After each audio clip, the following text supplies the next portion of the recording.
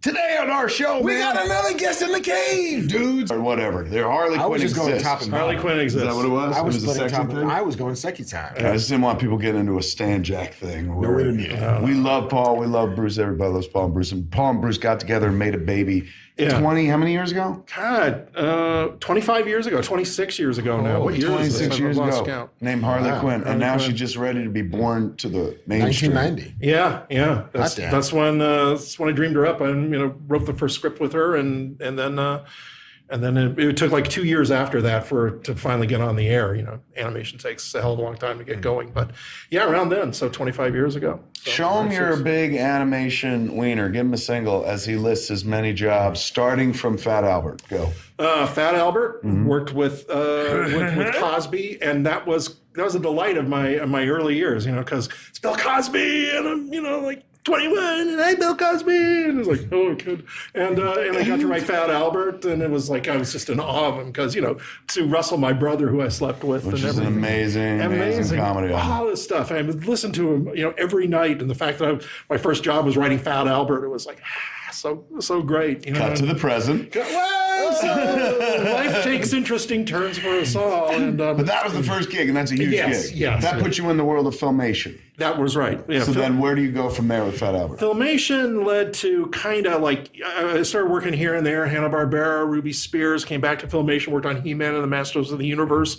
It was just a clump of plastic. They were saying, well, we want an animated show about this. So I was going down to Mattel, and I was going like, you do know it's all the same doll. He's got the same body as Skeletor, and man, shut up. We're making these quick and cheap.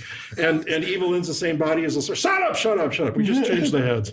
So We've got all these giant thighs. What do we do with all of these giant thighs? All those He-Man figures look like my mom. They all have my mother's thighs, thunder thighs, childbearing hips and good thighs, strong thighs. Thighs yeah, of Star even Wars. He-Man, they have the best childbearing thighs. How deep were you into were you there for the building of Eternia? Did you come up with names and stuff? Yeah, I came up with, some of the sideline characters and stuff like that. Like he needed a sidekick, so he came up with Orko. And I remember when they were drawing up, I said, put a big O on his chest. And they said, is that O for Orko? And I said, no, that's to show money we're going to make from creating this character. We're going to make absolutely this for coming up with this, and they'll make dolls out of them and everything. So, some sideline characters. Actually, I came up with really weird-ass characters, and then they later made toys out of them, like a couple of years ago. I came up with this character called Plundor. This artist, Warren Greenwood, and I, we said, let's send He-Man to a weird world where there's a giant bunny rabbit who's just evil. It's like, okay, great. And they came out with a fucking figure fucking Plundor. They did it? They finally did it? Yeah, it's like big dumb rabbit, and I think we were kind of inspired by Matt Groening's Life in Hell. Like, what if you met the Life in Hell rabbit? And of course, we couldn't draw that. So we came up with a warrior rabbit, and it's so stupid, and they made a figure of it. And I looked at it once in the box and put it back and just put it away in shame. Like, God, what the hell are they doing? All right, so He-Man, what do you do after that? He-Man, went up and worked for George Lucas at Lucasfilm on Ewoks and Droids. That was a lot of fun. That was kind of like Skywalker Ranch Film School, just there for 4 years on the ranch. It's sort of like the Fairy Kingdom, He was making Willow and Tucker and stuff, so I got to see all that stuff being made. Ewoks and Droids, those were like the soft Star Wars cartoons where they made the really good ones, like Clone Wars. But still, and it's everything like it's an essential. Yeah. I was going to say link in the chain, but it's an essential cartridge in the bandolier strip, if you will. Oh, yeah. Ooh, I know. Think about it. Nice job. Right now, when you think about Star Wars in terms of Saturday Night Live. Sure. In the beginning, classic SNL, classic Star Wars. Right, That's the religion.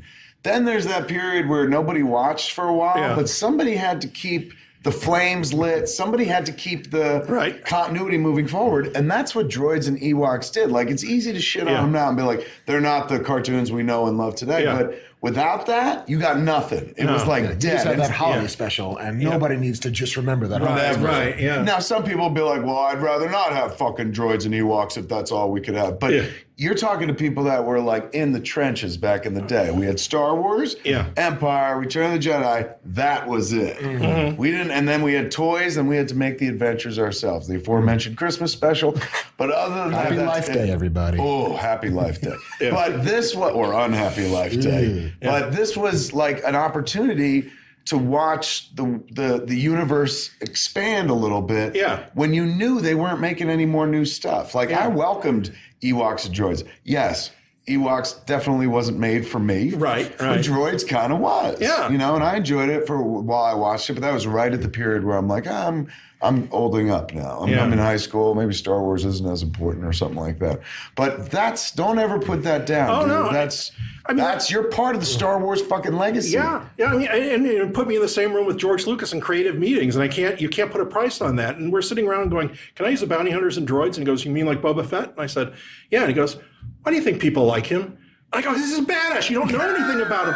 And I said, "It's the design of the helmet. It's that weird black T that goes down there. It's almost like that." And he was kind of like, "Huh, I guess so." Because he didn't know. He just we got to have another character. Okay, we'll come up with this guy. We'll put him in the cartoon part of the holiday special. And suddenly it was lightning in a bottle. I don't even think he understood how viscerally popular that design would become. And it sort of mystified him, at least the time I was talking to him. And I think he went back and saw what people liked about him and said, "Yeah, I'm going to." How old were you at the time? 24. Holy 24, shit. and you're standing at the foot of the master who's made the trilogy of our youth. Yeah.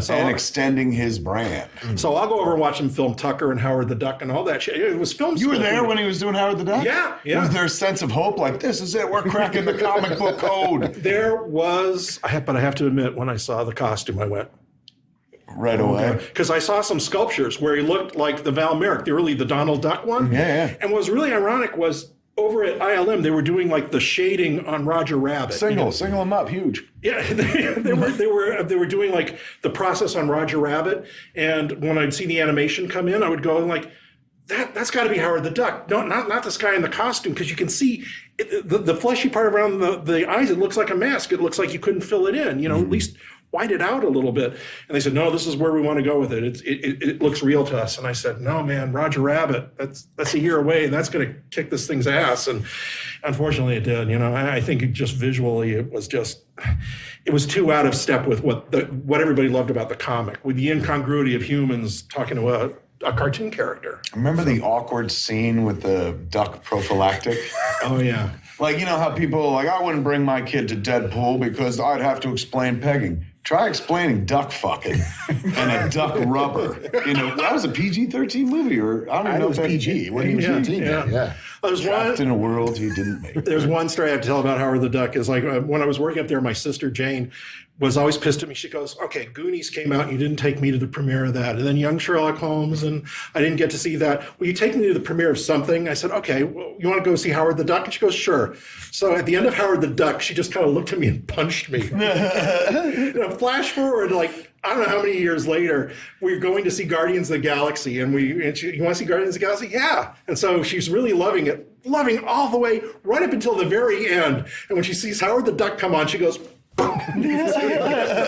still giving you shit about Howard the Duck. You were right, though. Yeah. Time's going to prove you right. Yeah. All right, so after Ewoks and droids, where do you make the move? At a weird little sideways excursion into trying to recreate Beanie and Cecil, the Bob Clampett show. Wow. With John Cristofalusi and Bruce Timms. First time with John Kay? John Ren Kay. and Stimpy's famous John Kay? Yeah, because he had just come off working with Bakshi on Mighty Mouse. Mighty Mouse, the sniffing of the snorting of the flowers. Yeah. Remember that? Yeah. Oh, yeah. They got in trouble for that. Yeah. And then so he loves Bob Clampett, and he was very close to the Clampett family, and he came on to redo it. And boy, ABC at the time just did not understand funny. They did not want to take a chance.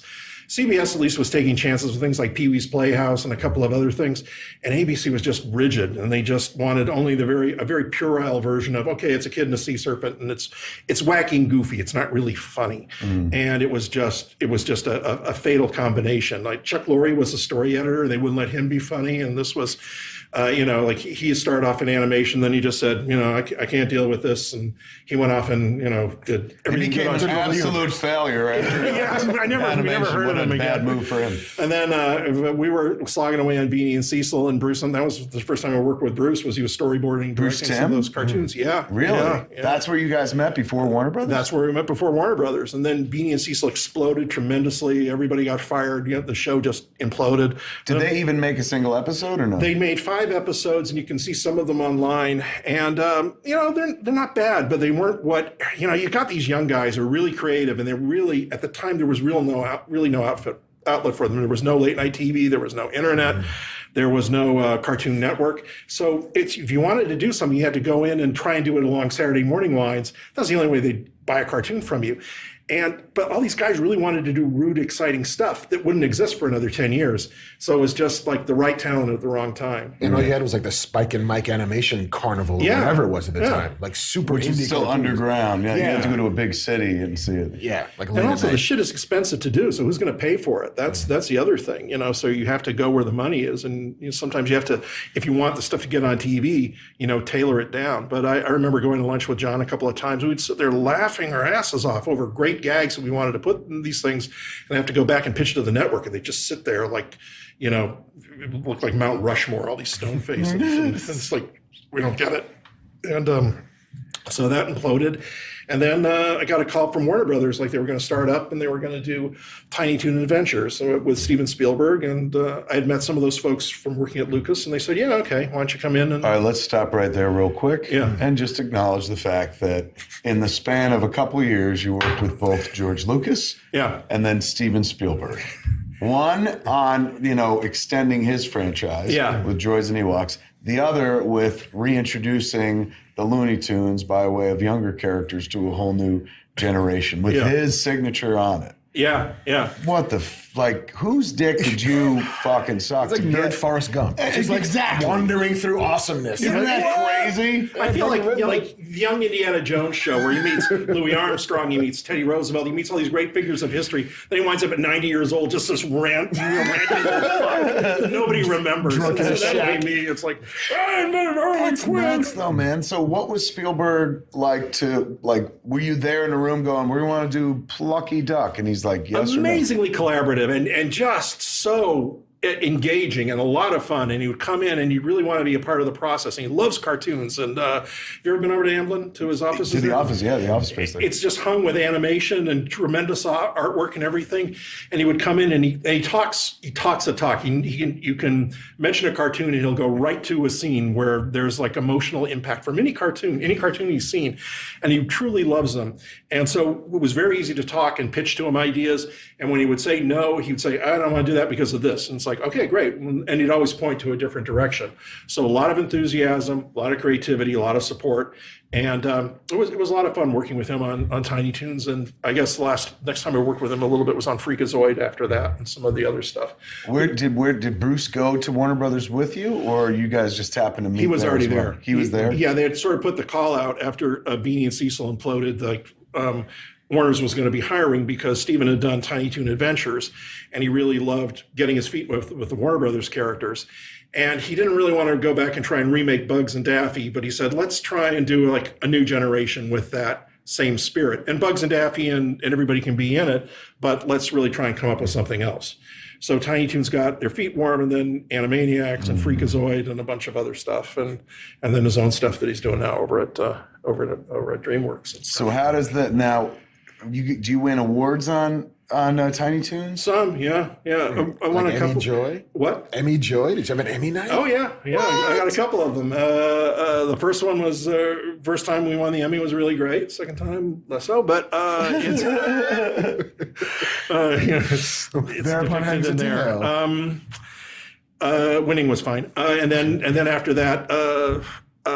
We won for writing for Batman for the Mr. Freeze episode, which was the best one because I took my dad to the Emmys, and it's like I had no idea, and it was just like it's really great. How awesome, man! Pull an Emmy up in front of your dad. Yeah, it was like a once in a lifetime thing. I was so happy. Tremendous. All right, so wait a second. You're working on Tiny Toons, on Animaniacs. And then comes Batman. Is that when Batman happens? Yeah, Batman was between Animaniacs, Tiny Toons, and then Freakazoid. So we were working on Tiny Toons, and then Gene McCurdy said they're going to make more Batman movies. We really want to do a series that kind of ties in, maybe not exactly to those movies, but kind of the feel and the tone of that world. So she put the call out among the staff people to come up with takes. And I think Bruce went back to his office and he took 10 minutes and he drew up that, that classic shot of Batman standing there. And she said, okay, you're on the show. And then Eric Radomski came in and he'd done a background painting on black paper. And she said, that looks really great. And so they became the the visual designers and the creators of the show. And I worked with Bruce on writing a Bible, and we got that kicked off. And then the show kind of was getting up on its feet. We didn't know when the show was going to start or anything. And Tiny Toons was starting up for another season, and we were writing a home video. So I went back to do that. And then I left to write a movie for about half a year. And then so when Alan Burnett called me up, he'd come over from Hanna-Barbera to kind of run the writing over there. And I'd never met him before. And he said, we would like to have you come back here and work on staff. And I said, I don't know if I'm up for it. And he goes, well, can you write some spec scripts for us? Because I like the development you did on Batman.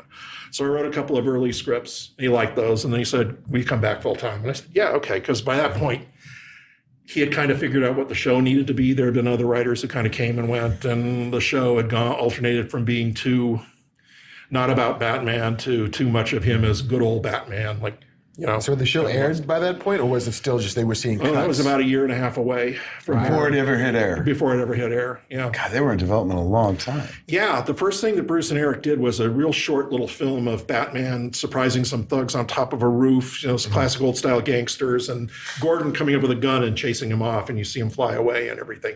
It was really stunning looking, and part of that same feel was incorporated into the title sequence. Opening, yeah. But yeah, it took a while to get sorted out, at least a year and a half of scripting before we got to the first air date. And was there a mandate to be even close to the movies, or no? Because this was between, if I remember correctly, Batman happened, right, and then Batman Returns was about to happen. Is that when they said, "Hey, let's do a Batman show"? Somewhere between the two? Yeah, I think Batman Returns came out in the summer of 92? 92, you're right.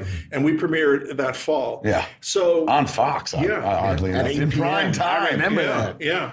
So there were certain things that we tried to incorporate, like the look of the Penguin, the look of Catwoman, the fact that she was blonde in the movie, that we made Selena Kyle blonde, at least at first. And there were certain visual cues that we took from there. But mostly it was sort of be true to the tone of those movies, but go your own way. Mm-hmm.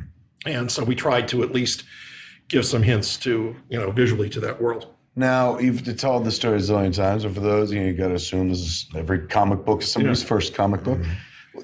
How does Harley Quinn come into play? Because you're working on a lot of characters that existed as a character, whole cloth created just for this show. Right. Harley was not part of the DC universe before that, of course, and she wasn't even part of the development that we had come up with originally. I was writing a few freelance episodes for Alan Burnett, and I was writing this one called Joker's Favor, where a guy, kind of crosses paths with the Joker, and then, it's the Joker, kind of preying on an ordinary guy just because it's sort of funny. And I had to give the Joker some henchmen. And I thought, what about a girl? And, what kind of a character should she be? Should she be like just a rank and file hench person, or should she be funny like on the Adam West show? And I like the idea of somebody who would kind of make jokes and kind of piss the Joker off, but he would have her around for some reason. And, and a cute girl is always fun. So I came up with the character, and I named her Harley Quinn because I thought, that keeps with the clown motif. And I remember I even did a rough design. Bruce Timm looked at it and went like, okay, I think we can do better. And they actually made a figurine out of that last year. Of your first drawing? Of your original drawing? Yeah. So I when I was drawing her, I was going like, well, okay, if this was 1960, Barbara Eden would probably be playing like the girl henchman role, like Jill St. John or something. So I came up with a blonde and a mini skirt, and Bruce was just like, wow. And then he drew the Harley, thank God, that we all know and love. And so then she was in that episode, and people liked her. They thought she was sort of funny. She didn't detract from the Joker. Mm-mm. And then we began doing some more episodes, and it's like, let's drop her out of a couple because we don't want her to, we don't want, if we see too much of her, she's going to get really irritating. So every, 2 or 3 episodes she'd show up, and people liked her. The directors liked her. And it's sort of like Bugs Bunny. Nobody really thinks the character is all born, saying, what's up, Doc, and all his catchphrases and everything. She evolved a little bit over time, and I think that she really became crystallized about a year after we got on the air. Bruce and I sat down to write the Mad Love story, and then a lot of her backstory came up, and a lot of the pathos and the dimension with the character. Let's talk about that real quick. So Mad Love was DC saying, "Hey, do a comic book." Right. Exactly. So they approached you, or you approached them? They approached us. I mean, it was very casual. It was we had gone back there early on in the development stages to New York. Bruce and I had taken a trip back there to look at, to talk to DC and get some ideas, just wandering around the city, looking at, the architecture and everything and what we might incorporate from that. And then, so I think the door was always open. Denny O'Neil and Mike Carlin and Paul Levitz and everybody there was very open to the idea because we'd shown that we were very collaborative and we appreciated a lot and of true to the source material. Yeah, like exactly. You guys weren't like, here's a fuck your grandpa's Batman. This is new Batman. Like you guys reached into their toy box and played with all of their toys and played with them well, did them justice. Yeah. And so they said, if you want to, come up with something. So we came up with a Mad Love story and, Had you ever done any comic stuff before then? I'd done one or two little things here and there. I had done, a friend of mine had started a black and white company called Claypool Comics, and he did an Elvira comic book. So I wrote an issue for him, and a few little things here and there. And then, but Harley, the Mad Love story was the first thing the first DC job that I ever did. And it was like, talk about, a lucky fluke. Not a bad way to start. No. I mean, Bruce worked his put his heart and soul into that. He was drawing every night and coloring, and he did all the color models on it and everything. And he would come in the next day with these pages, and he'd been up all night, drawing and inking and everything. And I think it was like a learning process for him because he had done some comic book work before, but nothing on this level. And so we just, we made it as good as we could, and it was everybody liked it. Now, what happens? Like, did you feel an instant impact with Mad Love? Because it's kind of historic. Like, the character was in the cartoons, and that's all fine and good, and she became very popular there. But like Mad Love, this sounds weird to say, but institutionalized her in a weird way. Even before DC said she's officially part of our universe, which would happen like a couple years later. Right. I remember the reverberations of Mad Love, of people being like, "Oh my God, this book is seriously like it's done in a very cartoony style and Bruce's style, right? But it's like a seriously well told story. It kind of blew away everything that was in vogue at the moment. Like, and it was a book you could give your girlfriend. Yes. Right. And because the Bruce's art is so clean and so crystal, and the storytelling is so pure, there was never any barriers for entry. That's why my kid is named Harley Quinn. I gave my then girlfriend, now wife, Jennifer, a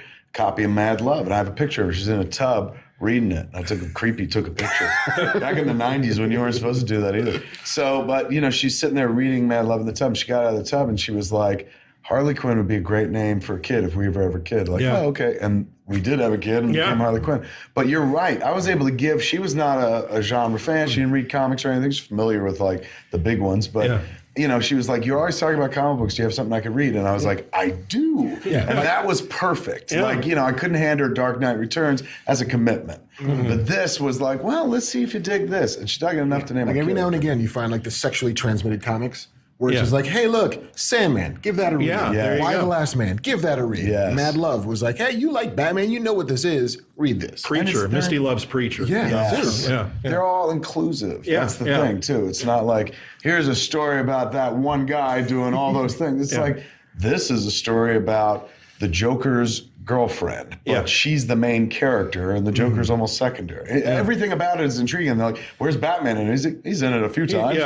It's really about her. You created the anti-heroine in many ways. With Harley Quinn. And it's so cinematic in a lot of ways. And Bruce is a phenomenal storyboard artist and a director.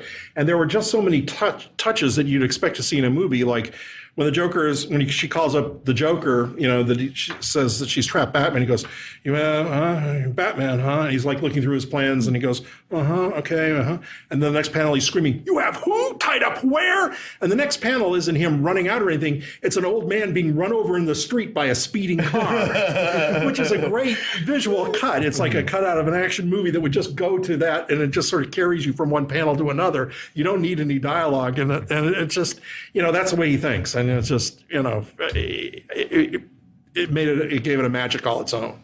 So the character takes off. The show has taken off. What do you do? What do you follow? Batman the animated series. You did Batman Robin Adventures, but then Batman Beyond follows that? Yeah, we've done Batman and Robin Adventures, then Superman, and then Superman. That's right, man. So who from Batman went to Superman? The whole crew? Pretty much the whole crew. And God, I love that run too, man. That was the Brainiac story. Yeah, it was like made Brainiac cool. Yeah. You did two villains. I mean, you did everything you wrote. You did justice on, but you did two corny ass villains. Real justice in both those series. Mr. Freeze in Batman, you redefine him and turn him into a Shakespearean level tragic character. And then in the other one, Superman was Brainiac. Yeah. Brainiac was always like, he's the space Lex Luthor. Exactly. Yeah, I never knew what he was before until that one. You made him fucking badass. Like, that's a cool backstory of I'm the repository of all knowledge of the planet. Right. And I get that knowledge and then make sure that planet dies. It's perfectly villainous, but also like kind of logical. You're like, oh, he's just a computer kind of. And he was created out of the Kryptonians' hubris. Like, okay, Brainiac will solve all our problems. Oh yeah, he'll solve his problems. He's going to get his ass out of there while you blow up. Such a great series. All right, so who went over from Batman animated to Superman? Quite a lot of folks. Eric had left at that time. Alan Burnett and I had gone over there. Some of the writers had gone over there. We had a lot of new designers who'd come on. During the run of Batman, they went over there. Bruce wanted to rethink the visual style, which is why he changed the style for the new Batman Adventures, because he wanted the two worlds to look together, to work together. He felt like to go in and design Superman, that's going to be a brighter palette, a more streamlined design, and so he redesigned a lot of the Batman characters to fit into that world a little better, and that's why he came up with the more elegant, streamlined, more optimistic design of Metropolis. So you're saying that like a character who's like kind of light and sunny and bright, and a character who's a little dark shouldn't necessarily be in the dark world. They should kind of meld a little bit better, maybe, possibly. I don't know. What are you getting at, Zack Snyder? Nothing. I'm just saying that maybe not everything needs to be. Well, what was great about that is the Warners really let him rethink, everything. They could have said, no, just stick to the model sheets. We've done this. We have toys that look like this. Just stay the course. It's like, no, you want to redo it? Go ahead. Make a vision of Batman that fits in with the new Superman world. And everything has sort of evolved, since then, because the look of Justice League is slightly different, and then the looks of some of the direct-to-videos that he's doing is slightly different than that. I mean, you can all, trace it back. But, you look at the early Bugs Bunny cartoons, the early cartoons that Tex Avery did are nothing like the later ones that Chuck He doesn't even look like Bugs Bunny. As a kid, you'd watch him and be like, that must be Bugs Bunny's cousin. That's clearly not Bugs Bunny. Phil Bunny. Yeah. Okay, so you go from Superman to Justice League to Batman Beyond. Right. Then when did you leave the DC universe? What did you do after that? You created Jingle Bell. Oh yeah, for comics and everything. And then at Warner Brothers, I came to kind of like I was a little tired of the men in capes. And I love the Looney Tunes, so they were going to do Duck Dodgers, and I jumped on that. And I worked with that's the only reason I got to be in Duck Dodgers. Yeah, that's right. That was a lot of fun. Hal Jordan for a second. Yeah, there we go. And that was a lot of fun, to work with Spike Brandt and Tony Cervoni and just go back and do our take on, classic Looney Tune short. And that was a lot of fun. And then the business kind of changed. The new people came in running the studio, and the writers' deals changed, and it got a little harder to be there. So I had an opportunity to go off and work on the first season of Lost. So I just said, well, I gotta. Which is not a bad first season. No, and do you think that's the pedigree? Like, how'd you wind up on Lost? They're like, man, we love your episodes on Batman. It was something. What happened was, Brian Burke, works, and works with JJ. I had met him through our good friend David Mandel, and he. And he always liked me and said, you got kind of a weird skew on everything. You've got a weird imagination and everything. And we're doing the show about people trapped on an island. Do you want to? And we need writers with kind of out there imaginations to kind of make a leap of faith. You might have a job for a year. You might be off in 3 weeks. But you want to come over and meet everybody. So I came over and I talked to Damon Lindelof, and JJ was there that day. And we all got to talking. And about a week later, Damon called up and said, yeah, I'd like to have you join this group of writers. We're going to develop the show. And so while he and JJ were writing the pilot, the other 3 writers and I were kind of coming up with ideas and pitching them to JJ and Damon about the characters and the island and everything. So you were the development of Smoke Monster, of like all that season 1 stuff? Well, little bits here and there. I mean, the monster was something that they had cooked up and everything, but defining certain things about the island and certain characterizations. I remember one day we all wrote down the names of all the characters and we put them in a hat and everybody drew 3 names. And it's like, okay, for the next 2 nights, you're going to be writing nothing but these characters. Go home and define these 3 characters. So I drew Sawyer, Locke, and Sun. And I took them home and I wrote all this, everything I could think of about these characters that we had discussed in the office and added a bunch of stuff. And we all came in and pitched them. And then everybody kind of swapped characters and we all, kind of gave it a shot. And then ultimately JJ and Damon made the final call on them. And then it wasn't even until like they were actually shooting some of the episodes, it would be like, oh, I got a great idea. What if Locke never stands up? We never see his legs. And then we reveal he's been in a wheelchair all this time. So that was, Damon brought in this great idea, which was sort of like a total surprise, right. and a lot of stuff was thought of that way, like, all the quick turns and everything. Because once we'd sort of established, here's the meat and potatoes of it, they would come in and they'd add everything else to it. Most TV writers go their entire careers never working on a show that has any cultural impact, like at all. To be able to have Batman on one hand and then fucking Lost on the other hand. Yeah. Like, come on, dude. That's like... He ain't even done influence in the culture. I know, but like... Video games? What? Tell them which video games you worked on. Because, we're old men, so it's all movies and cartoons and television. Take your ColecoVision back to your room. Yeah, but these kids today, they're all about the Batman this and the Arkham that and stuff. What did you work on? Well, there was the E.T. Atari. That was not a shining moment.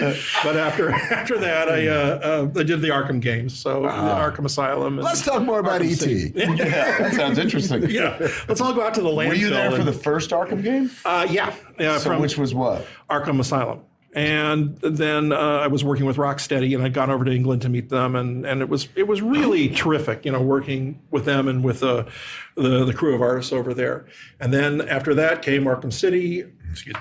Get a little excited. And that was it was like writing an animated feature. It was like 2 or 3 years of just working on the project, writing and rewriting, and I would work, for the space of like about a year, just writing, all the little things like, Batman runs down a hall and talks to a guard. Which way did he go? That way, Batman. Then I'd rewrite it the same way. Have you seen the Joker? Yes, he's over here. And so you're writing the same thing over and over and trying to add a little bit to it because they've got to animate all the various choices you can make. So how long of a draft is it to write a game like that? Is there ever one full draft? Like, do they ever put it in front of you and be like, there's your script? Yeah. I mean, it's like one of those reams of paper you buy at Staples or something like that. It's just 500 pages or something. And then they go through the recording and they have to record everything. Poor Kevin Conroy must be shot for a week after recording all the different Batman, the different Batman lines and everything. It was fun. It was fun seeing it all come together. It was fun seeing it play out. And people said, how long did it take you to finish the games? It's like, I've never finished a game because I just like going and being Batman. I'll just swing from building to building. You're like, I know the story. I just want to swing around. That's dope. Maybe I'll drive the car for a bit. So that was fun. Yeah. So did you do all 3 of them? No. Or you did Arkham Asylum and Arkham City? They did Arkham Origins, which was done by a game company in Canada, and then they did Arkham Knight. Arkham Knight, yeah. No, I wasn't involved with that one. Gotcha. So, what is that? So when are you done writing the video game? Because don't they upgrade games and shit? Like, so would you have to be like, if they ever did an upgrade package, you're like, I have to write a few more lines when he meets a random or something like that? Yeah, no, they have writers on staff to do that. I worked with a very good writer who was there in charge of Rocksteady's story development named Paul Crocker. And he and I would run things by each other a lot, and I would write all the drafts and give them to him, and he would go through and do some rewriting and changes, and he'd write stuff as well. But he was there on staff, so he was their in-house guy. So whenever there was an expansion package or like Harley Quinn's Revenge or something like that, he would write that, or he and his team would do it. I was there mostly for the big picture stuff and for a lot of the cutscene dialogue and a lot of at least the first 2, a lot of in-game stuff. Now we're on the verge, not the very eve, but like in the summer, Suicide Squad's going to happen. Yeah. And Harley no longer belongs to you, no longer belongs to me and him. Yeah. She belongs to everybody. My mom knows Harley Quinn's name because of her granddaughter, but everybody's mother going to know Harley Quinn at this point, as much as they know Batman and the Joker. You've added fucking spoke to the wheel. Most people jump in there, they play with what exists. It's a rich enough tapestry where you don't even feel the need to bring shit to it. Like when I went to write from them, I just want to play with your characters. But you brought a character into the mix that now stands shoulder to shoulder with characters that are 50, 60, sometimes 70 years old. How does that fucking feel, dude? When do you drop the mic, or do you like, there's more I want to do? Oh, nowhere near dropping the mic. I mean, it's Harley Quinn's a start for me. I mean, I want to just keep going and create other stuff, and my own characters and characters for other people. And I just, the greatest thing about Harley Quinn is that it gave me a lot of confidence as a creator to say, like, hey, I can do this, whether I work with really talented collaborators or if I go off and try and do something on my own. I may not be able to hit the bullseye ever again in my life, but at least I'll keep trying. So, and that's the best thing about her. But I love it that people have embraced the character so much. When I see, little girls come up to the house at Halloween and they're dressed like Harley Quinn, it's so gratifying. And when I see their dads dressed the same way, it's like, man, that's wonderful. Yeah, God bless you, Dad. Here's 3 more Snickers bars for you. You got what the character is about. Go to your hips, so watch out. As one of the dads, do you have a reaction to, like, first time I saw Harley in an Arkham game when she wasn't dressed like Harley Quinn from the cartoon, I was like, what the? I got prim and proper. Like suddenly, like, this is too much. This is, have you ever reacted to an incarnation of Harley Quinn where you're like, this goes too far? No, not really. I mean, early on, I went to a couple of conventions and I'd be in an artist alley and I'd see artists who would do various commissions of the characters and the lewd ones, right? Yeah, I've seen those too. And some of those, I might have bought 1 or 2 Paul, to be honest with you, before I had the kid. But I was like, oh, that's hot. It's fine, whatever people like is great. But I have seen a lot of guys dressed up like Harley, and Harley is very liberating. They all say, I love being Harley Quinn because she's kind of goes beyond just a female character, and she's sort of the sprite that embodies, I'll just do whatever the hell I want and the hell with anybody else. And that's terrific. And so I can't be one of those guys who gets like he creates something and then for the rest of my career saying, oh, I did that one big thing and I'm really sour over it. And it's like, no, the character's not really in my head anymore. She's out there. She's out for everybody. And I think that's great, so everybody enjoy. All right. So now what we did was told you about Paul's very massive career so that we could get to talking about what Paul's doing right now. You see this, kids? This is what they call a comic book. Yep. This is where the movies and television shows that you love so much come from this source material. On the next episode of Fat Man Batman, we're going to talk about this. This is Paul's latest book, and I guarantee Paul's won some 10. We heard about some Emmys. We won some Annies. Yep. What else you won in this world? Emmys, Annies, Eisners. Eisners as well. Writers Guild Awards. So. God damn it. All right, he's going to add another award with this book. I guarantee it, man. We're going to talk about it on the very next episode of Fat Man on Batman. Come back, man. You'll see me, Kevin Smith, and him, Marc Bernardin. Same fat time, same fat channel. What's it called? YouTube.com/Kevin Smith.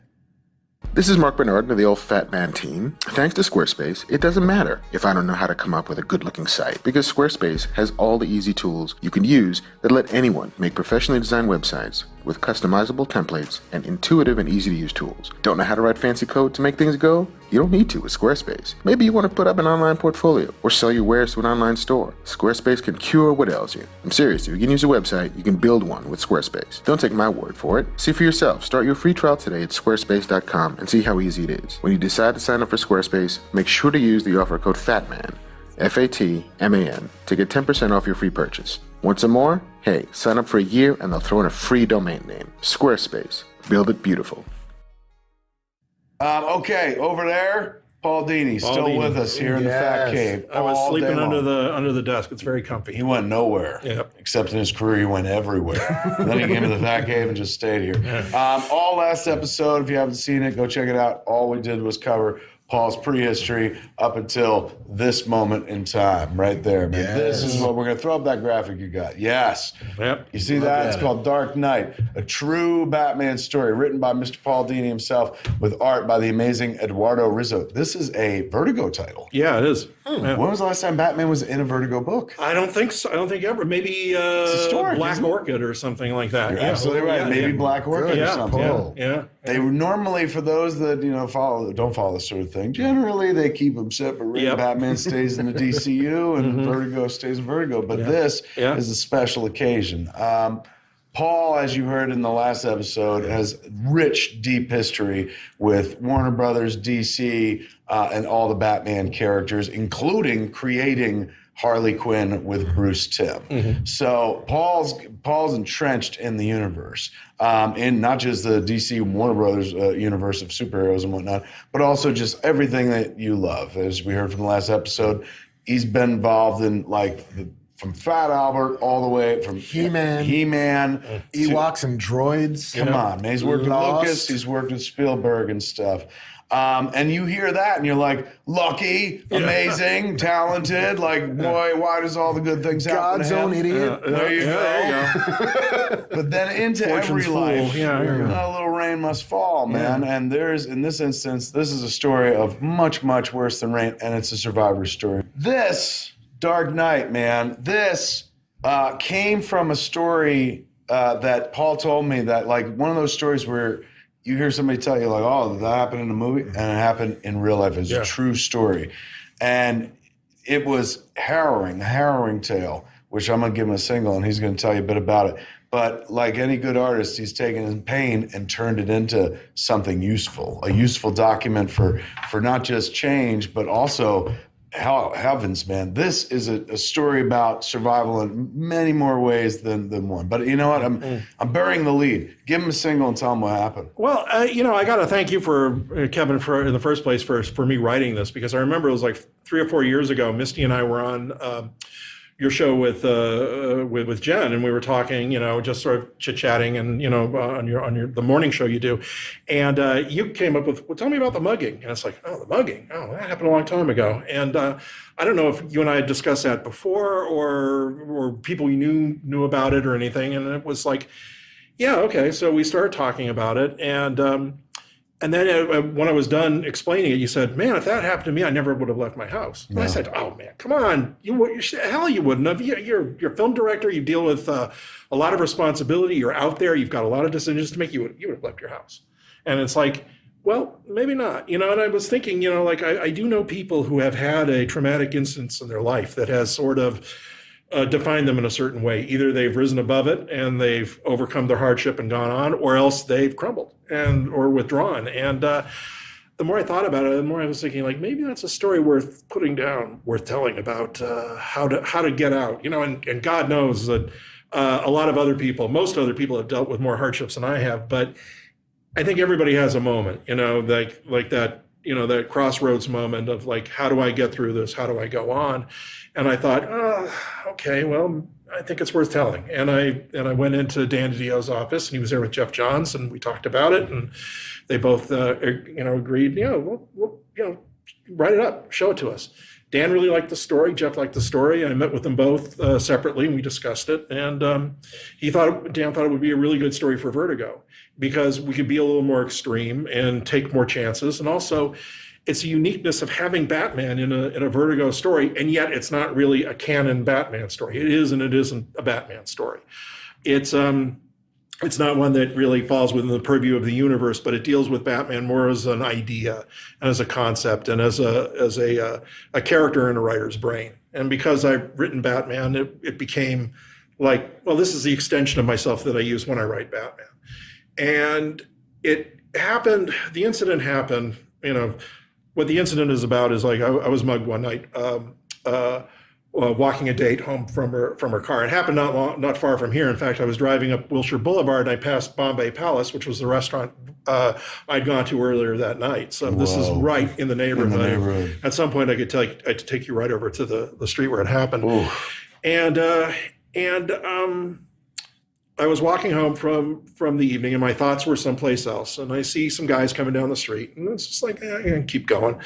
And as they passed me, they started making fun of me. It's like, just a few steps ahead. And I looked up at them, and they leapt me. They leapt on me, and they beat the living shit out of me. And it was just, wrong place at the wrong time. And it wasn't like it was a neighborhood. Would you even expect it? It's not like I was walking downtown. You were just walking like Beverly Hills, for heaven's sakes. Yeah. And it was like, it was very close to my house. It's 2 blocks away. And there are 2 blocks from your house. Yeah. Oh, yeah. man. There are a lot of artists and writers and athletes who live in the neighborhood. So these guys look just like anybody else I would have seen at the market or any place else. And I just thought, a couple of neighbors, and then they just, cracked me. So. So you crawl home after that? How do you didn't, and you lived through it, obviously, but I mean, in the moment, we've talked about this, and it's in the book. Yeah. There were moments where you thought that was the moment. Yeah. I mean, clearly they told me it was the moment. It's like, we have a gun, we're going to shoot you. We're going to, wait, close your eyes, wait for it. And it was like, okay, this is it.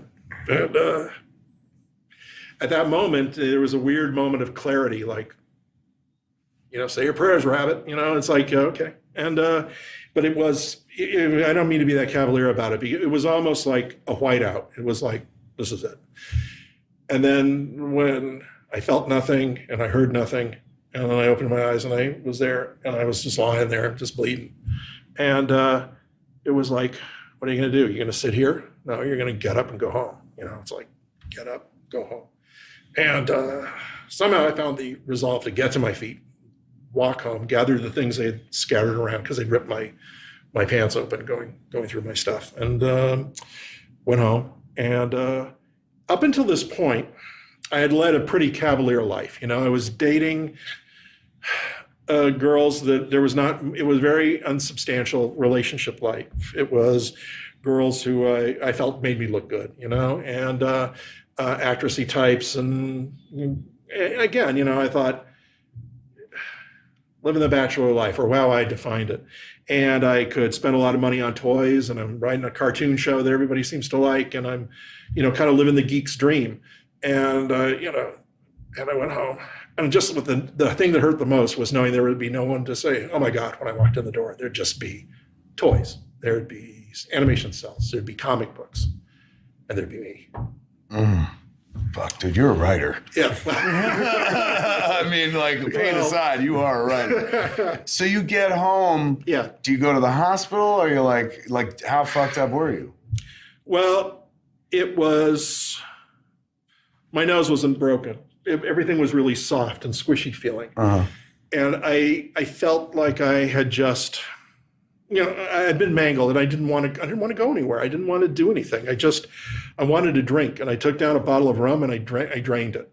And the worst thing you can do is alcohol and heat after a trauma like that. And that was the only thing I wanted to do was just, soothe myself. The first thing first was I drank, then I called the police.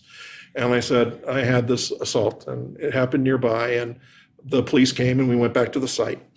And, their attitude was kind of like, it wasn't, I would say it was cavalier, but it was, we'll do what we can. Did they say you should go to a hospital, or? Yeah, they did say, you may want to go to a hospital. That looks pretty bad. And I said, I'm just not up for it now. I don't want to go. I don't want to sit in the emergency room. I don't want to see anybody. I'll go tomorrow. I'll go see my doctor tomorrow. And I went home and I called a few people, and that's kind of outlined in the book.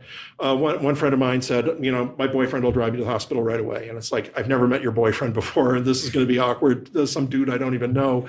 I don't want him to spend like 3 hours in emergency and us having to make small talk. Thank you very much, but I'll just tough it out. So I drank the rest of the bottle of Myers rum, went up and sat in a bathtub, and went to bed and just fantasized like, oh, Batman, where were you? Why didn't you come to my rescue? That sort of thing. I think that's a logical thing. And even one of the cops said, you write cartoons? And I said, yeah. Which one? Batman.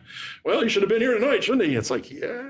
Oh man, you're like, everyone's a writer in this town.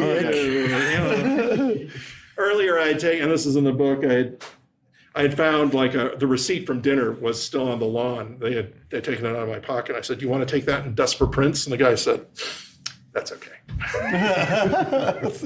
It's like his life's not like a TV show. Yeah. It's like,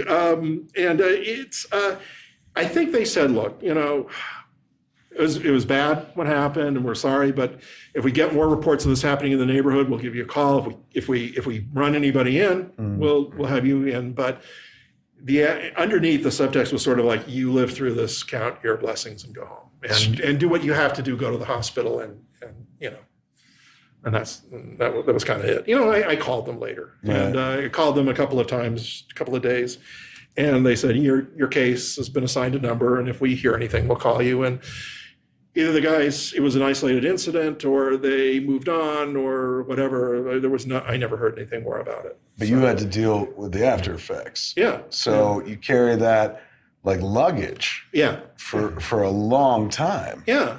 I mean, you start to question the idea of I think anybody who's been in the same situation, you question the idea of justice, and how somebody can go to a fast food restaurant and get coffee sloshed on them and get a minor burn and then sue for millions. And then I'm lying here nearly, beaten unconscious and bleeding, and I have to pay for it. I have my insurance, and I have to pay out of pocket for whatever it takes, and I'll never see those guys again. There's nobody saw anything, and it was just one of those things. I mean, a lot of time, a weird image was going through my head when they were doing the attack of being like attacked by like a bear or an animal attack, where something just rushes you out of the bush and it just rips you open and runs away, and there's nothing you can do about it. And I don't necessarily mean to dehumanize anybody. It's just as a result of the attack was so swift and so sudden and so isolated, and the only thing I could do was, like being attacked by a bear, is just wait it out. I can't fight back. So I just can't. What were the extent of the injuries? This part of my face was shattered. The zygomatic arch was broken. My nose was fractured, but it didn't need to be reset. They kicked me very hard in the thigh, so there was a big bruise there. One of the attackers was aiming for my kneecap, and I managed to move. But I knew that if he took out my kneecap, that's that. That was that. And just kicks and smashes to the face, mostly all over the face, but mostly here. Oh, Jesus! And when I fell on the ground, the mid body area got it. So, at what point do you feel ready to re-engage with the world after that? How long did you crawl into the house or crawl into the room to be by yourself before you were like, all right, I'm ready to re-engage? Well, there was a moment, like afterwards, I thought, okay, life's going on. I'm gonna deal with this, get through it. And so, the next day I went to the doctor, and he said, go to the hospital. And I went to see a surgeon, and he said, we're going to schedule you for surgery because this whole side of your face is broken in a day. So, or a day and a half. So basically, get ready to come in day after tomorrow. So, and I said, okay, I'm going to, I'll deal with it. I'll go to work. So I, put on a pair of sunglasses, went to work, and I thought, okay, business as usual. And I started dealing with it, and then I went to the hospital, had the surgery done, and after that, I retreated. It was like, I want to take a few steps back from this. I'm not as brave and as ballsy as I thought. I want to stay home. I don't want to go into work. I don't want to talk to people. I don't want to see people. I just want to stay home. I want to stay where it's comfy. I want to stay inside where it's safe. It's safe, yeah.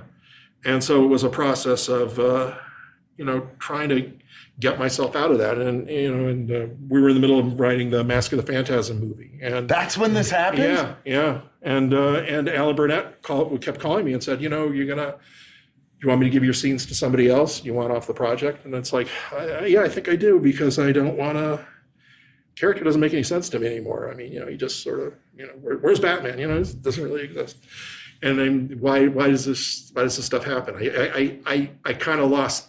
I felt like I lost the ability to write this stuff, and gradually my life turned around. Thank God. We're good. Keep going. Okay. Thank God, Alan.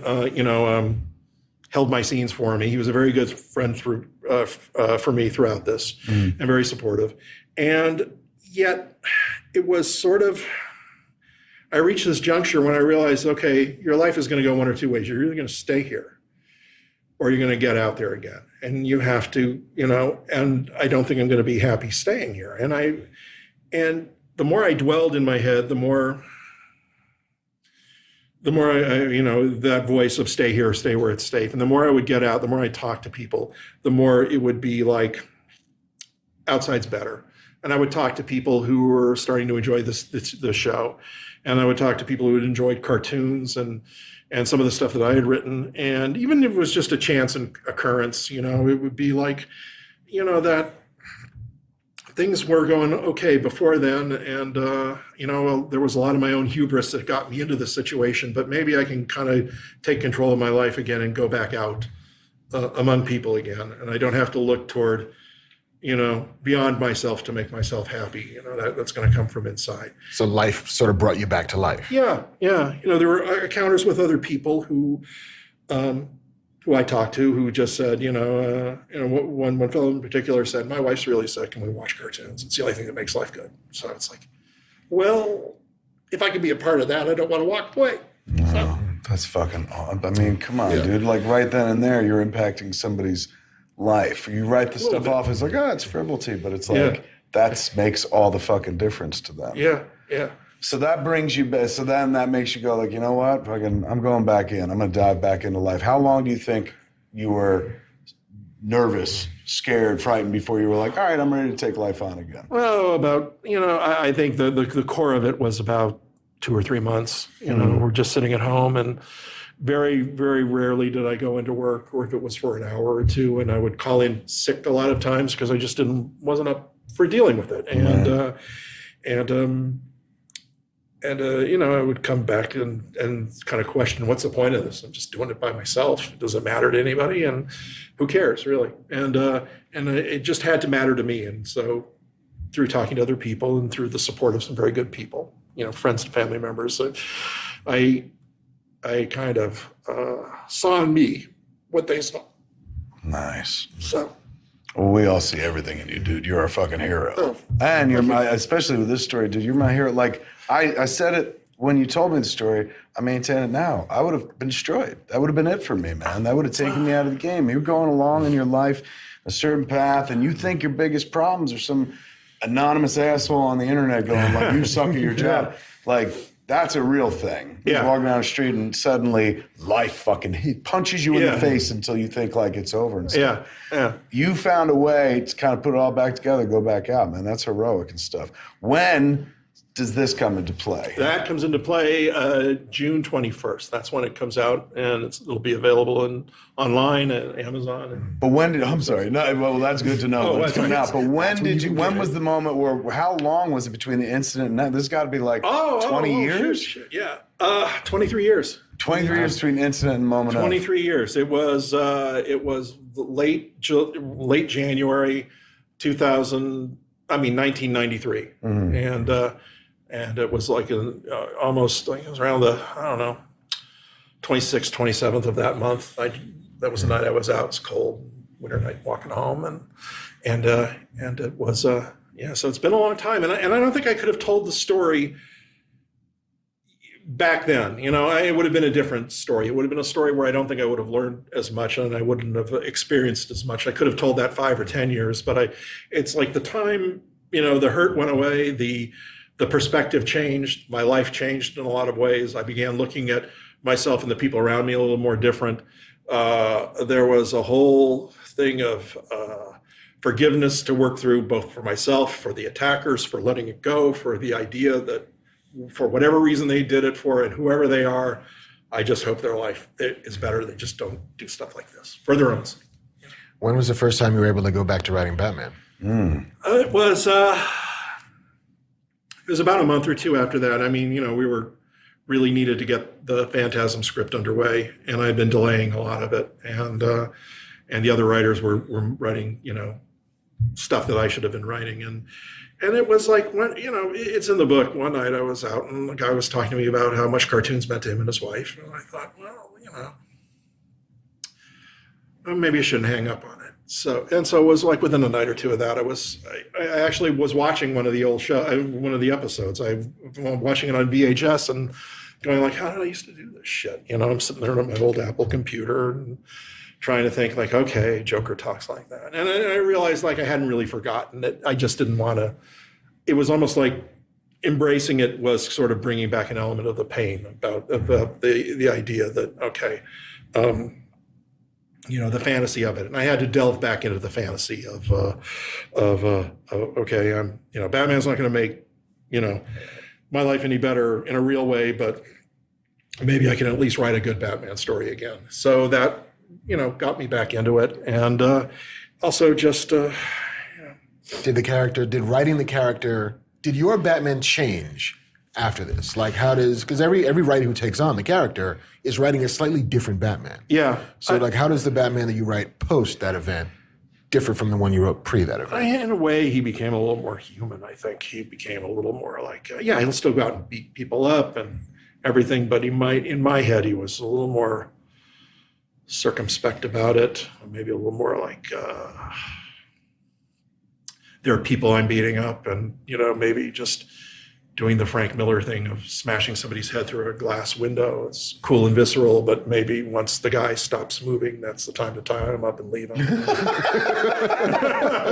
And not, work him to That the point. conscience is what you're talking about. A little bit, because I had the moment and it's in there of like that first night trying to go to sleep. Yeah, if he just swung down and smashed him, kicked him out of their car. Oh, because when I was walking home, they tried to run me down their car. They'd been waiting. You saw him again? Oh yeah. Once I got up, I was walking home, and I was trying to stay in the light. I was crossing the street, and this car just shot down the road, and it was the two guys, and they were getting in their car, and they were driving off, and they saw me, and they like honked the horn, skidded the brakes, and shouted all sorts of lovely things out of the window, and flipped me off, and laughed and everything. And so in the book, you imagine Batman swinging down. Yeah, and just smashing into the front of the car and tossing them out, and who wouldn't? It's like stuff like that. But the reason we imagine shit like that is because someone like you imagines it for us first. You know what I'm saying? Yeah. Like the reason so many of us have Batman, anti-crime or fucking saving fantasies, are because we've seen it at play in a cartoon, in a game, in a comic book or something like that.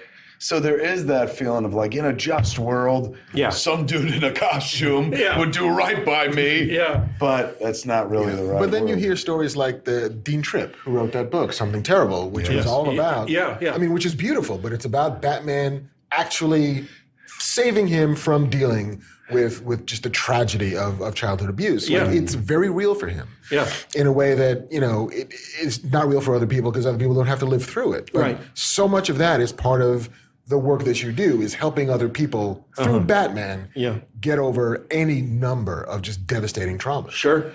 And ironically, Batman seemingly helped you. Yes, he did. In the same way. Well, he became that stern voice I had to hear. Somebody who read the book said, Batman's not very nice to you in the book. And it's like, no, he shouldn't be. He should be like, Dad. He should be like a drill sergeant. He should be like, it's not a question of being nice. It's like, get off your ass. Go off and do something. You don't like your life, do something about it. But to be fair, he should be nice to you. You've put some of the best fucking words he's ever spoken into his mouth. Yeah, well, he'll never admit it. I mean, he's got to be a hard ass. He's got to be Batman. Now, the Joker, on the other hand, wants to be your pal.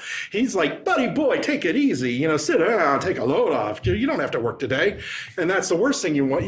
That's the most easy thing to listen to, but it's the last thing you should be doing. But so it really is angel and devil. Batman is like grim, get up, you do something with your life, and the Joker is like, just do it. Take it easy. Just do it. Batman is Shia LaBeouf, apparently. Pretty much. Let's throw up. Let's go to the 3, if you will, and let's throw up some of the graphics that we've got from inside the book. These are some sketches that the great Eduardo Risso did. Rizzo, he is phenomenal. He did what, he's 100 bullets? Yeah. Oh, yeah. And he did something else too. He's done a lot of things. Yeah. But there was another. Is he working on the Dark Knight book? I think he is. Yeah. He's one of the artists. Yeah. He's doing that right now. And it was a real change of pace for him because it's like a real world story. So a lot of stuff he's drawing is not as visceral as 100 bullets. It's like me, at work or, sitting around a conference table or anything, but he brought it all. Dudes at desks. Yeah. He did you at a desk pretty well, though. Like in terms of like having to draw a guy writing. Yeah. It's pretty damn awesome. Yeah. It's a very active panel. Throw that back up. I'm sorry. We were all looking away. So there's his version of the Penguin, which is really great. That's cool. Look at his beak. It's like it's a very unique version, but it does read as Penguin. And Penguin's in the story is the guy who, kind of like the Joker, who's like, take it easy, have another drink, So the villains kind of let you wallow in like your self-pity. Yes. And Batman's like, get up. Yeah, yeah. I mean, the Penguin is like, and Joker are like indulgence. Two-Face is like, this is, okay, this happened to you for a reason. And the reason is inside, you're kind of an ugly dude. And you made some really bad choices in your life. We can go live again. Go live. This is good. And Poison Ivy is there to remind me of every failure I've ever had in dating and trying to, be something I'm not to girls who I want to see me a certain way. So it's like they're there to strip away, elements of this veneer that I put up for myself at the time, and God damn gets in there some way. Only you could get away with this too. Yeah. You know what I'm saying? Like, aside from the incident that incites it, you put enough time in with the character in the world where, even if people are like, well, I don't want to mix my Batman with the real world and psychology, you get the pass because it's like, hey, this guy's family. Yeah. Like, he's so much family, he created family for the family, in the family, like Harley Quinn. So that gives you the license to do it. And you jammed it, man. It's phenomenal. Let's look at your works. Go ahead. Yeah, and just those characters better than most people do. So the sort of the Greek archetypes that all of these characters are pulling out. Yeah, and this chorus that's sort of swirling around you, just tempting you here and pulling you there and pushing you this way. I was really inspired by, Greek drama, Greek chorus and things like that, where outside voices are working inside the main character's head, even to the point of something contemporary like Woody Allen's Play It Again, Sam, where he's going through a divorce and the ghost of Bogart is over his shoulders, sort of, talking to him and things like that. It's where the line between reality and fantasy melds. And as a kid who grew up with cartoons and who could, I would zone out in church and the Looney Tunes would play in front of my head and stuff like that. And it was like a defense mechanism, you use your imagination, your heat-no imagination and everything, and you find a lot of comfort there. So in with these characters that I've worked with and I know, so they were extensions of fears and demons and hopes. Let's look at throw up the workplace photos, the workspace. Now this is kind of interesting, man. Walk us through this. Well, this is at my house. In my writer's room, I have a big, these wooden doors there off to one side.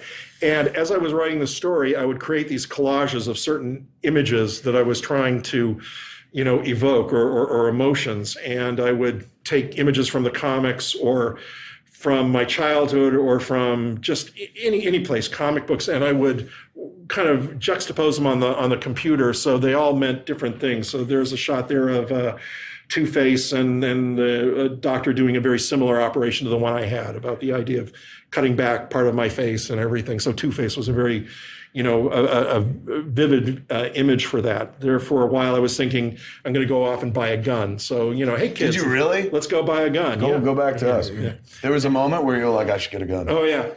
And it was, and then the least Batman thing you could ever think. I know. But there was a reason why I did it and there's a reason why I didn't. So, and that's part of the story as well. That's part of the story as well. That is like, what's beautiful about that is good writers will do note cards and place them up and stuff. Mm-hmm. That's an even more graphically beautiful version of this is where my story's going to go. Right. Like you're laying it out there for yourself so that when you write, you're just looking up there and pulling memories and thoughts. Man. And not everything made it in there, but, like I would find a shot of the Riddler and I would go like, the question isn't why this happened, it's who cares? Who really gives a shit about your little problems? Or Mr. Freeze being very cold and saying, shit happens, get over it, who cares? And it's so smart, man. Like, I mean, on one level, I wanted to be like, I'm so fucking jealous, but you had to go through hell to get through this, so I'm not that jealous. But like, it's such an insanely good idea to kind of psychoanalyze oneself using the Batman family. Well, they're so vivid and they're so iconic. They each represent anything.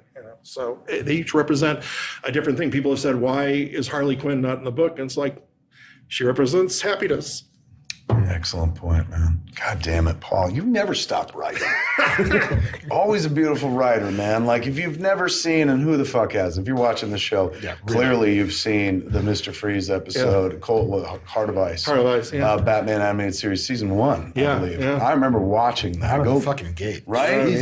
Go to the 3-shot. It was crazy, man. I remember watching, I was working at Quick Stop that is in Clerks, and I taped it. And I remember, like, I called Walter Flanagan, who's on Comic Book Man, to just be like, did you just watch? Because that was when they ran in the afternoon. Did you just watch Batman? He's like, yes. I was like, have they ever done that Mr. Freeze story anywhere? He goes, no. And I've been reading comics for 25 years. I was like, that is astounding. They transcended the genre. Like, you turn that character from something hokey and stupid, George Sanders speaking a bad pidgin German accent, to like this really sad story of a broken love and, world getting in the way, happenstance, like a really tragic villain, as opposed to just like, oh, he's got a nice gun. He likes things cold. Yeah, he likes it chilly. But that's you all over, man. You find a way to do the human, the humane even. Yeah. In a world of characters that are fucking monsters and cartoons. These characters are two-dimensional in the hands of most people. But like, when I think of the great Batman writers, you are fucking up there. It's you and not you are fucking up there. You are up there. I mean, you could be if you want. Well, I have been accused of that too. So, but shoulder to shoulder with the bigs, with the legends, dude. Because again, you didn't just come in and play with their toys. You came in, made their toys better. By the time you left, they had better and more toys to play with. Yeah. And they had more fun, even with you or without you. Well, Batman is such a rich world, and the characters are so iconic, and they're so evocative of different things. Catwoman is always, at least I always think of her as like the forbidden love. If I go that far to be with her, I lose everything. If I kill the Joker, I become him. If I'm like Two-Face and I've got two identities, and how am I different from him? And all these things that kind of bring out extensions of Batman's soul or his personality. They become more than the character is. They become like ideas. So that's what I was tapping into with these guys, is like, what's the character about? This has a metric fuck ton of soul in it, man. You know what I'm saying? Most Batman stories you read, you enjoy, but they're beat 'em up fantasies and stuff. Yeah. This goes deep. This runs really deep. If there was, and one day there will be, because it looks like, everything's coming up, genre, geek, nerd, whatever you want to call it these days. Yeah. If there was a Mount Rushmore, as we see in our logo, for Batman writers, your face is on it, dude. Your face got to be on it. You brought something to it. You know what I'm saying? Like, you brought a lot to the franchise. Like, I would take off my hat, but I got a hat hit. But you know how I feel about you and your work. It's amazing. But this is I'm so proud of you for doing this, because I know this was hard. Well, thank you for kicking it awake in my head again. Without that talk we had, it would have just sort of been an unpleasant memory. So I remember the first day you were like, I'm working on that as a story. Like, I'm going to do it as a book. And I was like, that's genius, dude. Mm-hmm. That's how, like, you ultimately, you put your life back together and moved on. This is 22 years ago, whatever. Yeah. But this is the final step. You know what I'm saying? Like, now it's something you've taken your pain, turning it into something useful for yourself and other people. Yeah. Yeah, somebody's going to read that and go like, okay, if the slob can get through it, I can, that sort of thing. You ain't no slob. Go 3-shot. This guy ain't no slob. No. OG Batman writer right there. Why do we fall down, Master Bruce? So we can get back up again. There you go. There you go. There you go. I saw that was in one of them Avengers movies. Yeah. Bruce very Banner. Appropriate for this. Yeah. Paul, we love you for everything you've done. Thanks. We love you. And this included is yet another the huge plaudits put up on the many plaudited wall of Paul Dini, dude. You keep doing it. Like, some people just start phoning in. I'm phoning it in late in my career. I hadn't seen Look at you, dude. You're doing this. You know what I'm saying? Well played. Thank you, my brother. Excellent. Really, I owe you more than I could say. Not at all. Are you kidding me? I owe you my kid's name. We were going to call her Batman Smith.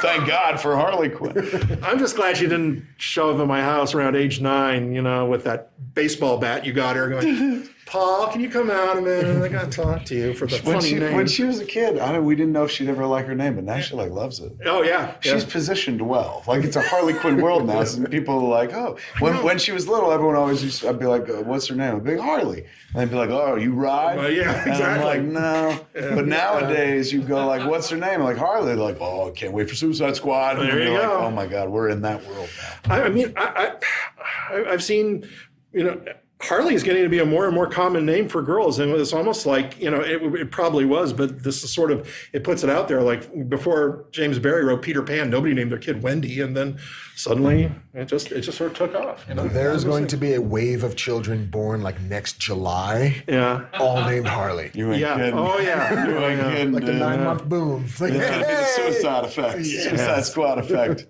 Yes, dude. And you finally taken that name and probably given it a little license plate at Disney World. Because for years I always look for Harley anything. You can find Harley Davidson. But now, man, that kid's name is about to be mainstream thanks to those movies. Harley, we're now going to be able to find on a coffee cup. That's right. It's a good thing. It's a great thing. I know it's a small first world problem for a guy with a kid named Harley.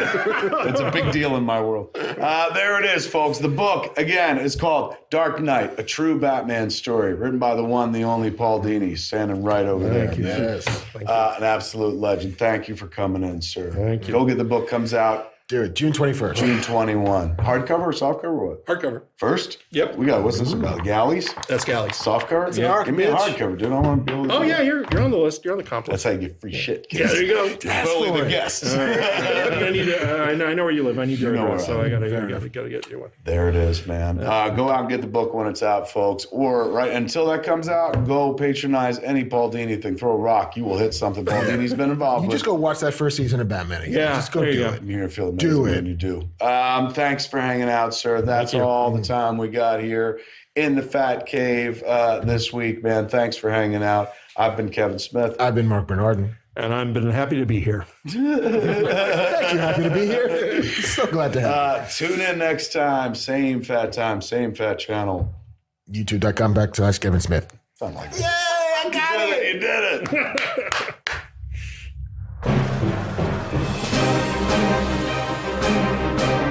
Hey man, it's me, Kevin Smith. Thanks for watching. Do me a favor, click that thing below that says subscribe.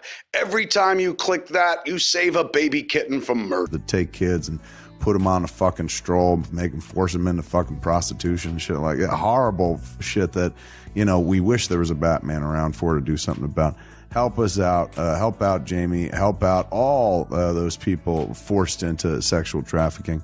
Go to the WayneFoundation.org and be a Batman.